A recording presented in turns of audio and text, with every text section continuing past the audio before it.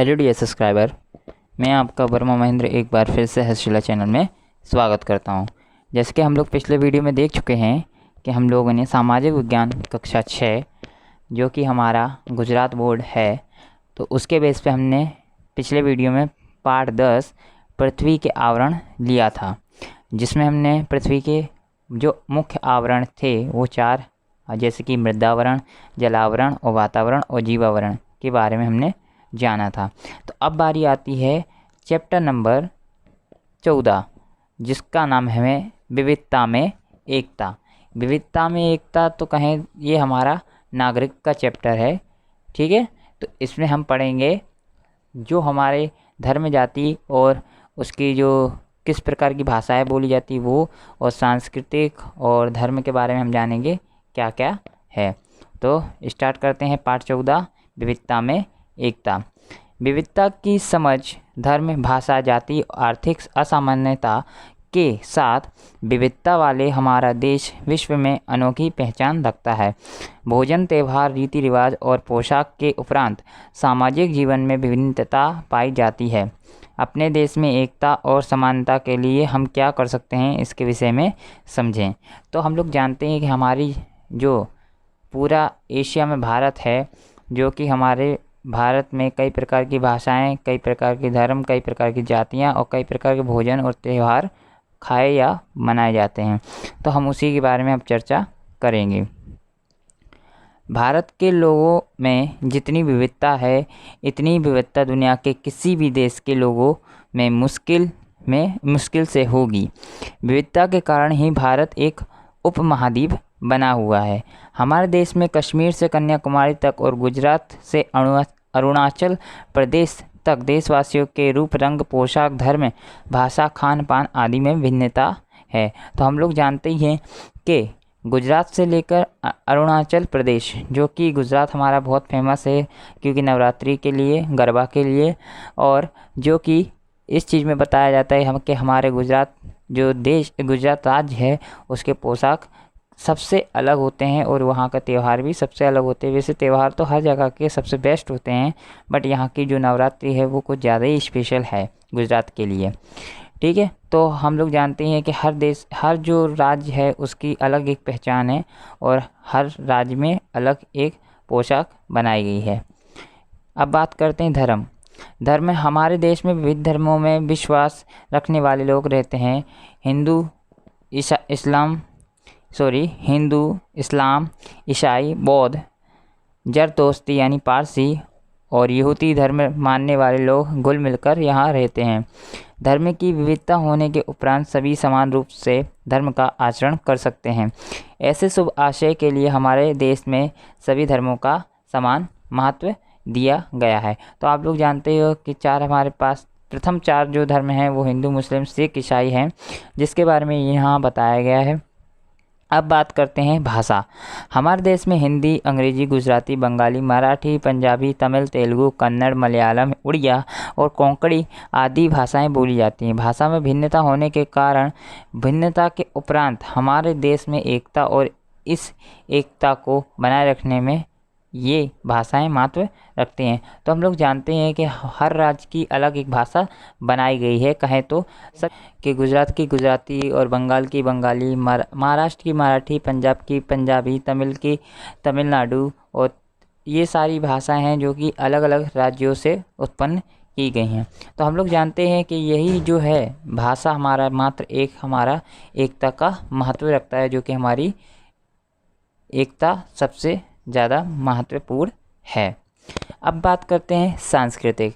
हमारे देश में धर्म और भाषा में भिन्नता होने से सांस्कृतिक विविधता अधिक पाई जाती है। विविध प्रदेश या राज्य में सांस्कृतिक विविधता आसानी से देखी जा सकती है। दिवाली, मकर संक्रांति, होली, दशहरा, शिवरात्रि, गणेश चतुर्थी, ईद, नाताल, आषाढ़ी दूज, मुहर्रम, बुद्ध पूर्णिमा, महावीर जयंती, ओणम, पतेती, बैसाखी आदि त्यौहार देश के विभिन्न भागों में रहने वाले एक साथ मिलकर मनाते हैं। आप लोगों ने देखा ही होगा कि काफ़ी जगहों पे, हर जगह तो दिवाली मनाते ही हैं, फिर उसके बाद हमारी मकर संक्रांति, होली, दशहरा, ये सारे के सारे त्यौहार सब मनाते ही हैं, क्योंकि हमारा देश जो है वो सांस्कृतिक विविधता वाला देश है।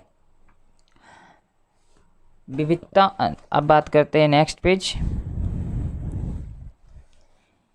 विविधताओं के साथ साथ प्रजा के खान पान, पोशाक, आवास, मान्यताओं, रीति रिवाज आदि में से अनेक प्रकार की विविधता, स्थान की जलवायु, भूपृष्ठ, कृषि, जंगल आदि भौगोलिक बातों के कारण देश विविधता वाला बना है। तो आप लोग जानते हो जो कि एशिया में आया हुआ भारत, जिसमें अलग अलग प्रकार की जलवायु पाई जाती है, ठंडी, गर्मी, बरसात, इस प्रकार की जलवायु पाई जाती है। शायद ही किसी देश में मिलती होगी, तो जो टाइम होता है वो अलग अलग होता होगा। जैसे कि हमारे यहाँ 4 महीने बरसात, 4 महीने ठंडी, 4 महीने गर्मी होती है, उस प्रकार का शायद ही किसी देश में होगा। बात करते हैं विविधता में एकता की। भारतीय संस्कृति विश्व की प्राचीनतम संस्कृतियों में से एक है। हमारे देश की प्रजा पोशाक, भोजन, आवास, धर्म, भाषा, रीति रिवाज, त्यौहार आदि अनेक बातों में से एक दूसरे से भिन्न है। फिर भी देशवासियों में भावात्मक एकता पाई जाती है। विविधता में एकता हमारी संस्कृति की महत्वपूर्ण विशेषता है। आप लोग जानते होंगे कि जो हमारी विविधता में एकता है, असल बात वो क्या है कि हमारे जो भारत है उसके अंदर विभिन्न प्रकार की पोशाक, विभिन्न प्रकार का भोजन और विभिन्न प्रकार के घर, आवास और विभिन्न प्रकार के धर्म, भाषा, रीति रिवाज और त्यौहार आदि अलग अलग होते विभिन्न प्रकार से। तो बस वही जो हमारा कारण है जिसकी वजह से हम कह सकते हैं कि विविधता में हमारे पास एकता पाई जाती है। ठीक है। भिन्न भिन्न धर्मों, भाषाओं और जातियों के लोग अपने राष्ट्र के प्रति प्रेम, सम्मान, देश के लिए त्याग की भावना और दातम्य की भावना एक समान भाव से अनुभव करें, उसे राष्ट्रीय एकता कहते हैं। तो राष्ट्रीय एकता का आप लोगों को मतलब पता पड़ गया होगा कि विभिन्न धर्म वाले, विभिन्न भाषाएं वाले और विभिन्न जातियों के लोग अपने राष्ट्र के प्रति प्रेम, सम्मान, देश के लिए त्याग की भावना और तात्म्य की भावना रखते हों, उसको हम राष्ट्रीय एकता कहते हैं।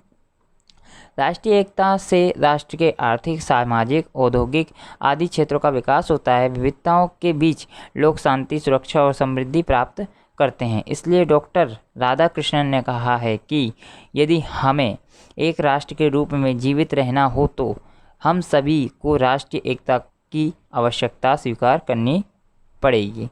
आज़ादी की लड़ाई में देशवासियों ने राष्ट्र प्रेम और समर्पण की भावना के द्वारा राष्ट्रीय एकता का दर्शन कराया था। विविधता एकता हमारे देश की विशेषता है। तो हम लोग जानते हैं कि हमारे जो पूर्वज हैं उन्होंने हमारे लिए कितना त्याग किया है, कितनी गुलामी सही है, बस वही हमारी विविधता में एकता बताई जाती है। और हम लोग जानते हैं कि हम लोग शांतिपूर्वक हर चीज़ का निवारण चाहते हैं। कोई हिंसा की भावना नहीं रखते हैं। जो भी चाहते हैं वो अहिंसा के महत्व से करना चाहते हैं, शांतिपूर्वक करना चाहते हैं। बात करते हैं नेक्स्ट पेज।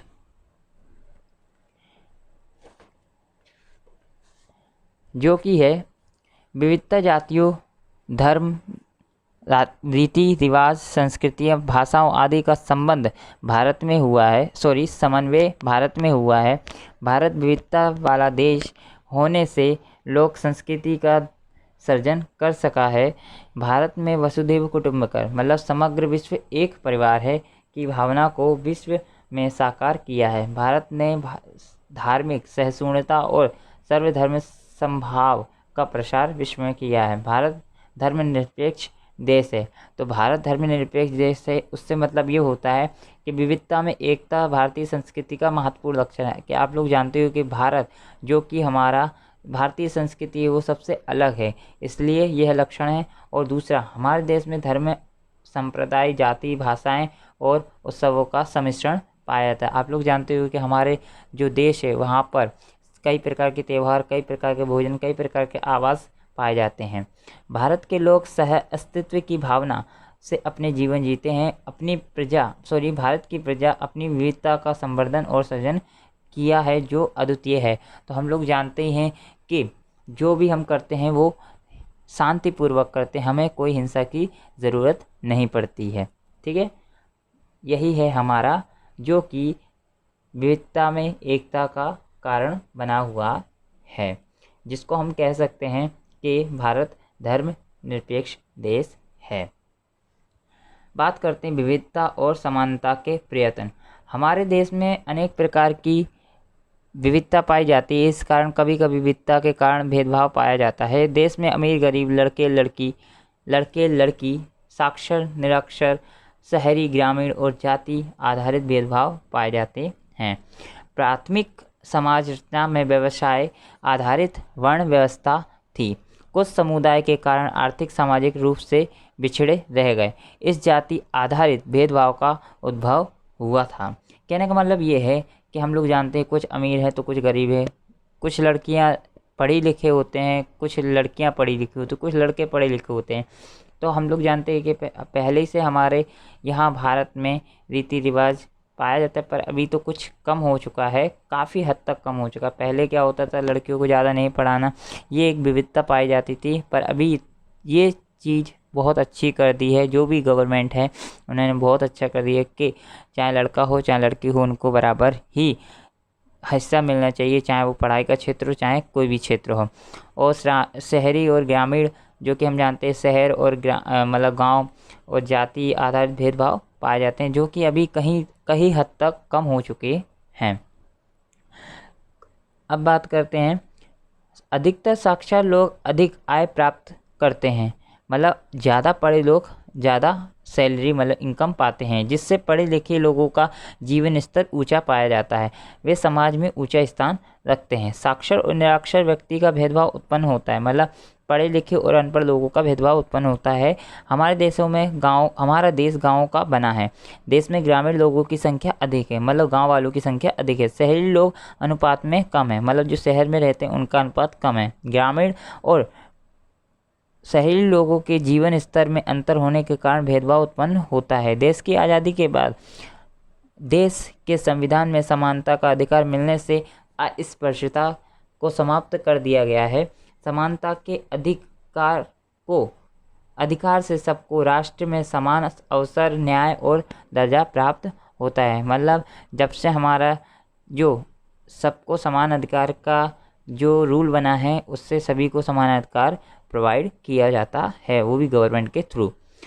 मुफ्त और अनिवार्य शिक्षा का कानून बनाया गया है, जिससे सबको समान रूप से प्राथमिक शिक्षा के अवसर मिलने लगे हैं। लोगों के सामूहिक विकास के लिए ग्राम में सड़कें, प्राथमिक स्वास्थ्य केंद्र, बिजली, पीने के पानी की सुविधाएं आदि मूलभूत सुविधाएं सरकार ने बढ़ाई हैं। और स्त्रियों को समाज में मान सम्मान मिले, उसके लिए सरकार संवैधानिक प्रावधान के लिए उन्हें समान अवसर प्रदान करती है। आप लोग जानते हो कुछ क्षेत्रों में लाइट, बिजली जो कि 24 आवर्स रहती, पर अभी भी कुछ ऐसे क्षेत्र हैं जो कि रह गए हैं 24 आवर्स की बिजली की वजह से, तो उनको भी कहीं ना कहीं कुछ समय बाद उनको भी ये सुविधा उपलब्ध करा दी जाएगी।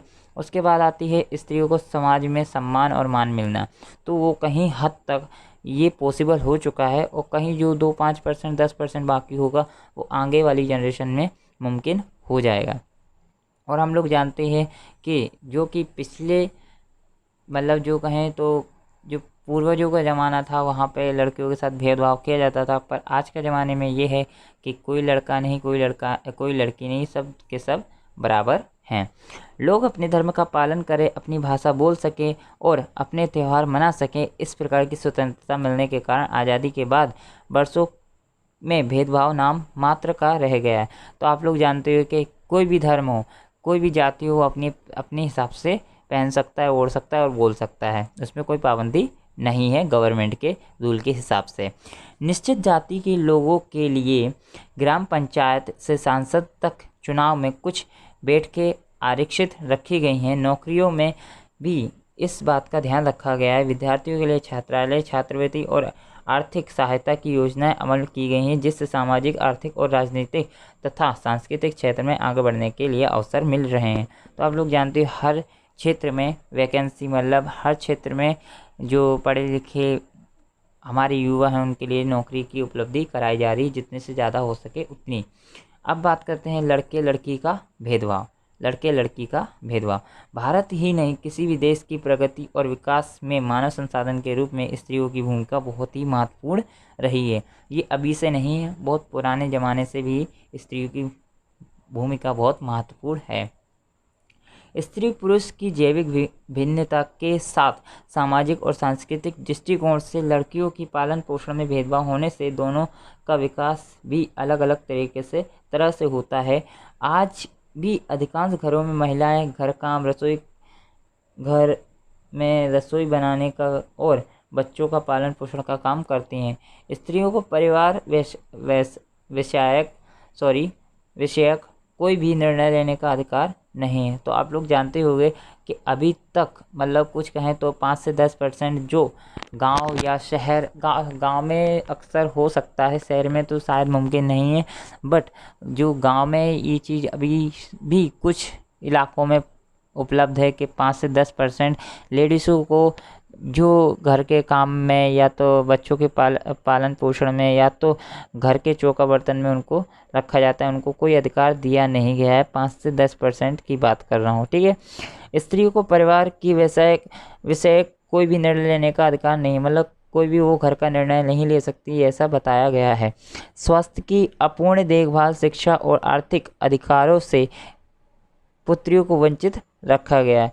ऐसा भी बताया जाता है कि जो स्वास्थ्य या शिक्षा या आर्थिक अधिकारों से इस पुत्रियों को मतलब लड़कियों को वंचित मतलब दूर रखा गया है, मतलब इनको प्रोवाइड नहीं कराए गए हैं।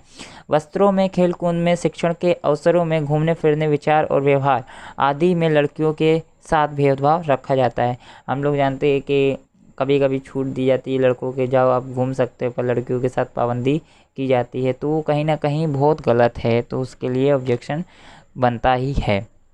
आप लोगों को कैसा लगता है कमेंट सेक्शन में ज़रूर कमेंट करें। नेक्स्ट, लड़कियों में साक्षरता का प्रमाण कम होने से लड़कियों की बाल विवाह, पर्दा प्रथा, दहेज प्रथा तथा अन्य कुरिवाजों का भोग भोगना पड़ता है। आप लोग जानते हो कि हमारे पूर्वजों से ही ये प्रथा चली आ रही है, पर अभी कहीं हद तक ये ख़त्म हो चुकी हैं। शायद एक आध दो गाँव कहीं बाकी तो हर जगह ये ख़त्म हो चुकी है। जैसे बाल विवाह के छोटी उम्र में शादी कर देना, पर्दा प्रथा तो लगभग कई शहरों में उपलब्ध है ही, बट ये कहीं ना कहीं गलत है, तो पर्दा प्रथा भी हट जाएगी कुछ टाइम बाद। फिर दहेज प्रथा भी है। कुछ समझदार लोग दहेज नहीं लेते, बाकी कुछ लोग लेते हैं, और अन्य कुरिवाजों का भोग भोगना पड़ता है। जैसे कि कुछ समय पहले जब हमारे पूर्वज थे तो सती प्रथा भी होती थी कि आपका जैसे हस्बैंड की डेथ हो जाए तो आपको भी उसी अग्नि में देह त्याग करना पड़ता था, पर वो तो पूरी तरह से ख़त्म हो चुकी है। समाज में पुत्र जन्म की प्रधानता होने से स्त्री भ्रूण हत्या का भोग बनती थी। विविध क्षेत्रों में महिलाओं का अल्प परिमाण स्त्री पुरुष का भेदभाव स्पष्ट करता है। यद्यपि समाज में जागृति और शिक्षा की व्यापकता के साथ यह भेदभाव घटता जा रहा है। तो हम लोग जानते हैं जैसे जैसे जनरेशन आगे बढ़ रही वैसे वैसे जो कुप्रथाएं और कुविचार हैं वो घटते जा रहे हैं। अब बात करते हैं जो कि स्वाध्याय है। स्वाध्याय को हर बार की तरह आपको डिस्क्रिप्शन में लिंक मिल जाएगी, तो आप वहां से PDF डाउनलोड करके आप स्वाध्याय लिख सकते हो अपनी कॉपी में, जो कि अनिवार्य है। आपको वीडियो कैसा लगा कमेंट सेक्शन में जरूर कमेंट करेगा। वीडियो पसंद आए तो लाइक कीजिए, और अगर आपने चैनल को सब्सक्राइब नहीं किया तो चैनल को सब्सक्राइब कर लीजिए। और अगर आप चाहते हैं कि आपको सबसे पहले वीडियो मिले तो आपको बेल आइकन दबा कर रखना होगा। तो बने रहिए मेरे चैनल के साथ। Thank you everyone.